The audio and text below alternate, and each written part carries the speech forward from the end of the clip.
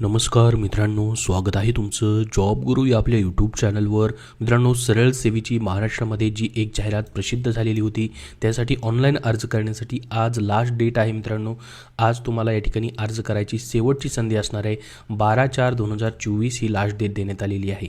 तर मित्रांनो, या ठिकाणी जी पदं भरली जात आहेत याच्यासाठी जर शैक्षणिक पात्रता पाहिली तर सर्व विद्यार्थ्यांना इथं अर्ज करण्यासाठी मित्रांनो संधी आहे.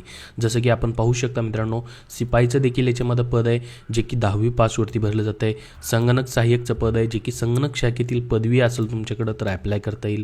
लिपिक टंकलेखकचं पद आहे मित्रांनो, ज्याच्यामध्ये कोणत्याही शाखेची पदवीधर तुम्ही असाल, MSCIT प्रमाणपत्र उत्तीर्ण केलेलं आहे आणि मराठी टंकलेखन 30 शब्द प्रति मिनिट आणि इंग्रजी टंकलेखन 40 शब्द प्रति मिनिट तुमच्याकडं त्याचं प्रमाणपत्र आहे मित्रांनो, तरी देखील तुम्ही अप्लाय करू शकता. अथवा उद्देशासाठी त्या म्हणजे टायपिंग समकक्ष म्हणून कुठलेही प्रमाणपत्र जरी तुमच्याकडे असेल तरीही तुम्ही अप्लाय करू शकतात.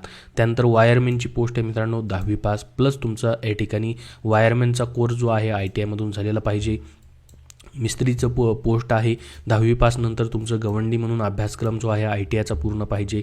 प्लंबरची पोस्ट देखील आहे 10वी पास नंतर तुम्ही ITI केलेला असेल प्लंबर अभ्यासक्रमामधून तर ॲप्लाय करू शकता. स्वच्छता सहाय्यक निरीक्षकची पोस्ट देखील इथं आहे मित्रांनो. कोणत्याही शाखेची पदवी आणि स्वच्छता निरीक्षकचा डिप्लोमा तुमच्याकडे आहे तो तुम्ही अप्लाय करू शकता. त्यानंतर सहाय्यक सुरक्षा निरीक्षकची देखील पोस्ट आहे. याला कोणत्याही शाखेची पदवीधर तुम्ही असाल तर अप्लाय करू शकता.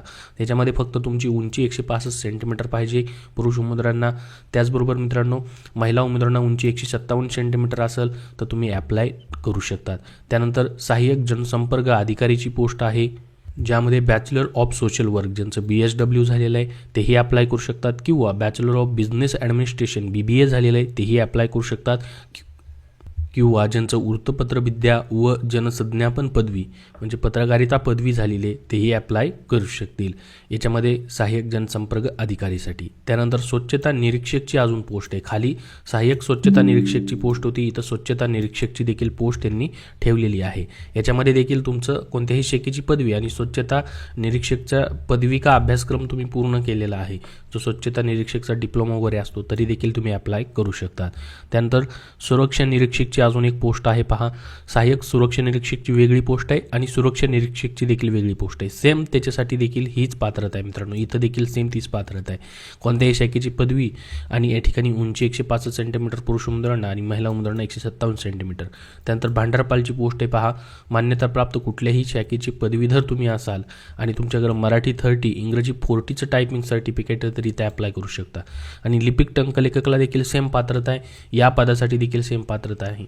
अभिरक्षकची पोस्ट आहे पुढची पहा, ज्याच्यामध्ये ग्रॅज्युएट डिग्री मागितली तुमची झूलॉजी किंवा बॉटनीमधून किंवा अँथ्रोपॉलॉजी किंवा ॲसेंट हिस्ट्री किंवा ॲसेंट कल्चर किंवा आर्किओलॉजीमधून, तर यापैकी कुठल्याही एका विषयामधून तुमची डिग्री झालेली आहे तर अभिरक्षक या पदासाठी देखील तुम्ही अप्लाय करू शकता.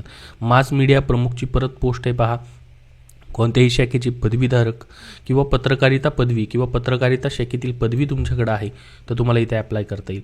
त्यानंतर जनसंपर्क अधिकारी पुन्हा एक पोस्ट आहे जनसंपर्क अधिकारीची, सेम BSW BBA किंवा वृत्तपत्रविद्या किंवा जनसंज्ञापनमधून तुमचं या ठिकाणी बॅचलर झालेलं आहे तर अप्लाय करू शकतात.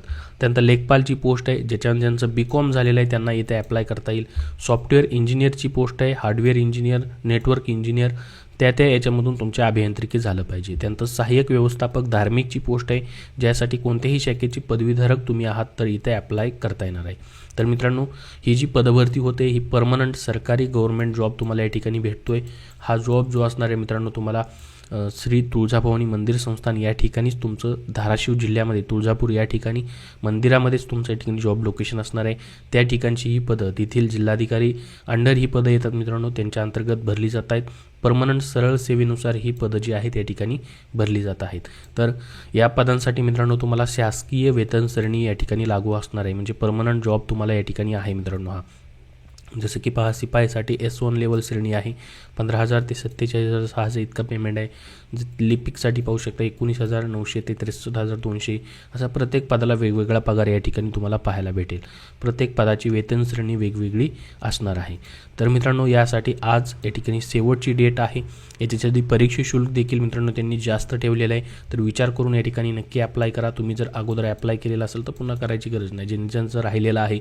जर तुम्ही अभ्यास करणार असाल तरच अप्लाय करा, कारण की खुल्या प्रयोगाला 1000 रुपये फीज आहे आणि राखीव प्रयोगासाठी 900 रुपये फीस ठेवण्यात आलेली आहे आणि IBPS कंपनी तुमची या ठिकाणी परीक्षा घेत आहे मित्रांनो. या ठिकाणी पाहू शकता IBPS मार्फत तुम्हाला ऑनलाईन फॉर्म भरायचे 12 एप्रिल 2024 आज याची लास्ट डेट ठेवण्यात आलेली आहे. ऑनलाईन फी भरायची देखील आजच लास्ट डेट आहे.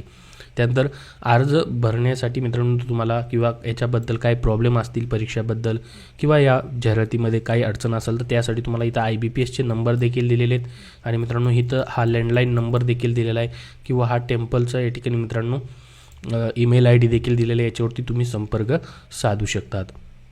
त्यानंतर तुमची परीक्षा कशी होईल तर IBPS कंपनीमार्फत ऑनलाईन परीक्षा तुमची मित्रांनो कंडक्ट केली जाईल.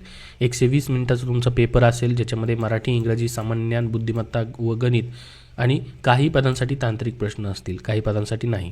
जसं की शिपाई हे पद आहे, याच्यासाठी पहा मित्रांनो मराठी, इंग्रजी, गणित, बुद्धिमत्ता हे 25-25 प्रश्न, 100 प्रश्न 200 मार्काला असतील, 10वीच्या बेसवरती असतील आणि मराठी व इंग्रजीमध्ये देखील प्रश्न असतील. निगेटिव्ह मार्किंग या ठिकाणी नसते. एकापेक्षा जास्त सत्रात परीक्षा झाली तर नॉर्मलायझेशन देखील याचं केलं जाणार आहे. आणि याचा डिटेल सिलेबस पाहायचा असेल तुम्हाला, जसं की पहा मित्रांनो प्रत्येक पदाचा डिटेल सिलेबस आहे, ज्याच्यामध्ये मराठीमध्ये काय विचारलं जाईल, इंग्रजीमध्ये काय विचारलं जाईल, ही सर्व माहिती मित्रांनो त्यांनी याच्यामध्ये तुम्हाला दिलेली. तर या PDF फाईलची लिंक, अप्लाय करायची लिंक तुम्हाला डिस्क्रिप्शन बॉक्समध्ये देतो आहे, तिथून तुम्ही मित्रांनो अप्लाय करू शकतात. याबद्दल तुमचे अजून काही प्रश्न असतील तर कमेंट बॉक्समध्ये कमेंट करून विचारा. हा व्हिडिओ नक्की लाईक करा व तुमच्या मित्रापर्यंत नक्की शेअर करा. धन्यवाद.